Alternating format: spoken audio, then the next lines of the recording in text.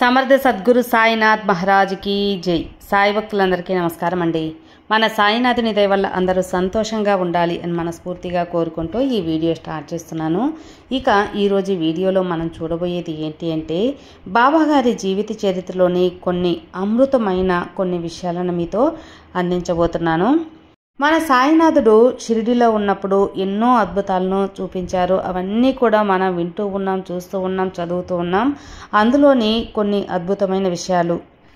గణపతి దోడ్కదం అనే అతను 1914లో కుటుంబ సమేతంగా షిరిడి వెళ్తున్నప్పుడు ఆయన ఎక్కిన రైలు పెట్టెలో ఎవ్వరూ లేరు.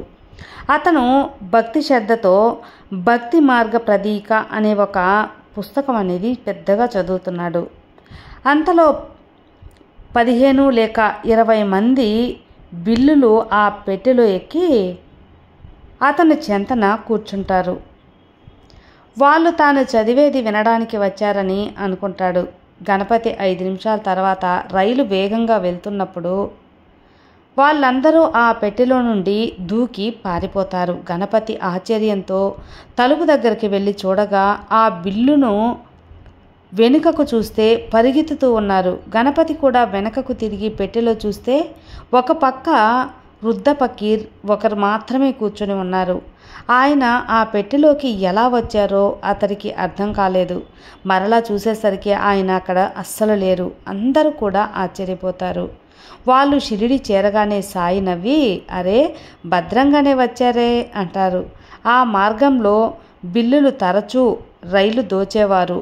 అంటే ఆ బిల్లుల వల్ల, దొంగల వల్ల ఆ గణపతి అనే భక్తుడికి ఎలాంటి ఆపద రాకూడదని బాబాగారే స్వయంగా అతన్ని భద్రంగా చేర్చారని మనకు అప్పుడు అర్థమవుతుంది.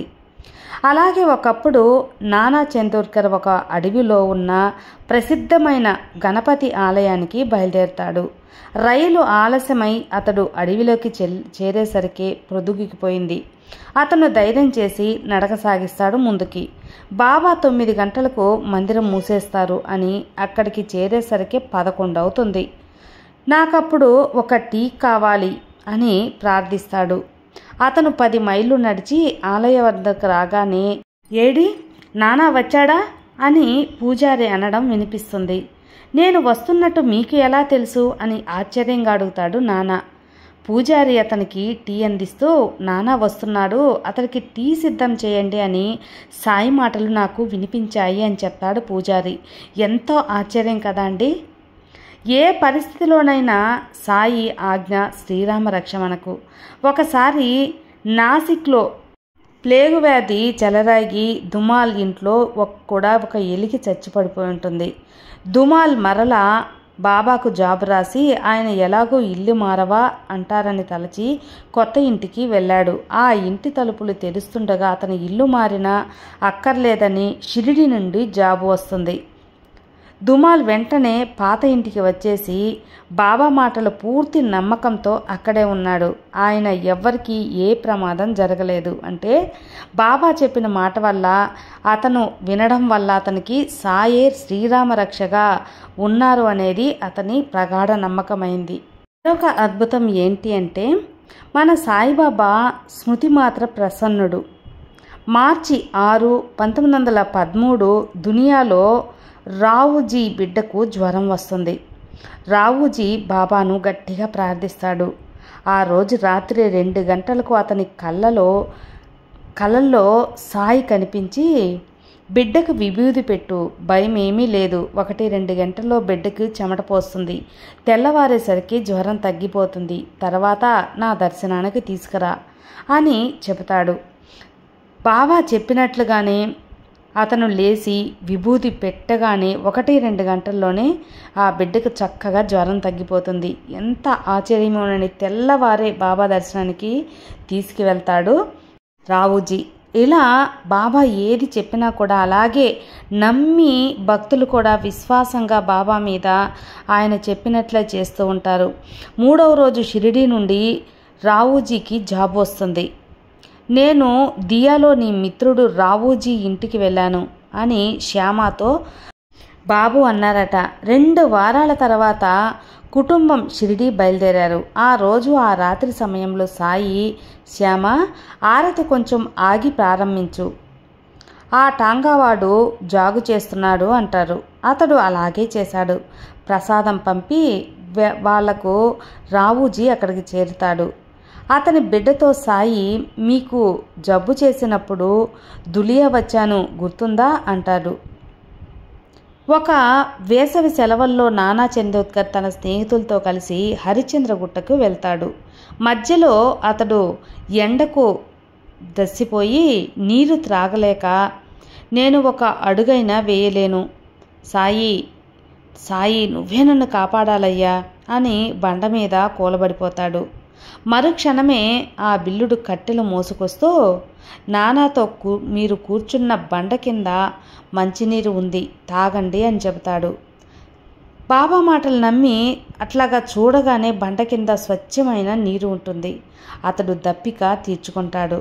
సరిగ్గా అదే సమయంలో షిరిడి సాయి, నానా దప్పికతో చావనున్నాడు, కానీ నేను చావనివ్వను అని అంటారట. ఆ విషయం కూడా తెలుస్తుంది. ఎంత ఆశ్చర్యమో కదా అని నానా ఎంతో సంతోషిస్తాడు. బాబా మీద నమ్మకం అనేది మరింత పెరుగుతుంది.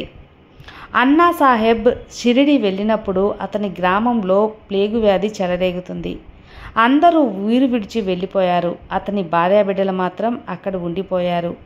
ఆ వ్యాధి అంతరించి గ్రామస్తులు తిరిగి వచ్చేదాకా సాయి ఆమెకు 10-12 సార్లు ప్రత్యక్షమయ్యి అభయం కూడా ఇచ్చారట. అంటే బాబా మాట నమ్మి ఉన్నందుకు ఆయనే ప్లేగు వ్యాధి నుండి ఆమెను ఖచ్చితంగా కాపాడారని ఆమె గట్టి నమ్మకం. అది చాలా అద్భుతం అని కూడా బాబాకి 1,000,000 సార్లు ధన్యవాదాలు చేసుకున్నారట. ఇలా మన బాబాగారు ఎన్నెన్నో అద్భుతాలనేవి షిరిడిలో జరిపించున్నారు. బాబాగారు సమాధి చెందిన తర్వాత కూడా ఇప్పుడు మన మానవాళి అందరూ కూడా మనం ఏదైతే బాబాని కోరుకుంటామో అవి తప్పకుండా నెరవేర్చి పెడుతూనే ఉన్నారు. సాయి అని ఆయన మీద నమ్మకంతో ఎవరైతే పిలుస్తారో వారికి ఉన్న సమస్యలు అనేవి తీరుతున్నాయి. అవి ఎంత పెద్ద సమస్య అయినా కూడా బాబాగారు అండగా ఉన్నారు అని మనకు స్వచ్ఛంగా తెలుస్తుంది. ఏదో ఒక రూపంలో ఆయన నామం ద్వారానో, ఆయన మాట ద్వారానో, ఆయన రూపం ద్వారానో ఏదో ఒక అద్భుతం అనేది మనకు స్పష్టంగా తెలుస్తుంది. సాయి భక్తులకు ఇది ఖచ్చితంగా కూడా అవగాహన అవుతుంది. ఇది నిజమైతే మాత్రం ఖచ్చితంగా కామెంట్ చేయండి. ఎందువల్లంటే ఎంతమంది గట్టిగా బాబాగారి మాటల్ని నమ్ముతున్నారు, బాబాని పూర్తి విశ్వాసంతో నమ్ముతున్నారు అనేది నాకు కూడా తెలుస్తుంది. ఈరోజు బాబాగారి కొన్ని అమృతమైన అద్భుతాలని, మహిమల్ని విన్నాం కదా. మరో మంచి వీడియోలో మళ్ళీ కలుద్దాం. అంతవరకు సర్వే జన సుఖినో భవంతు. జై సాయిరామ్.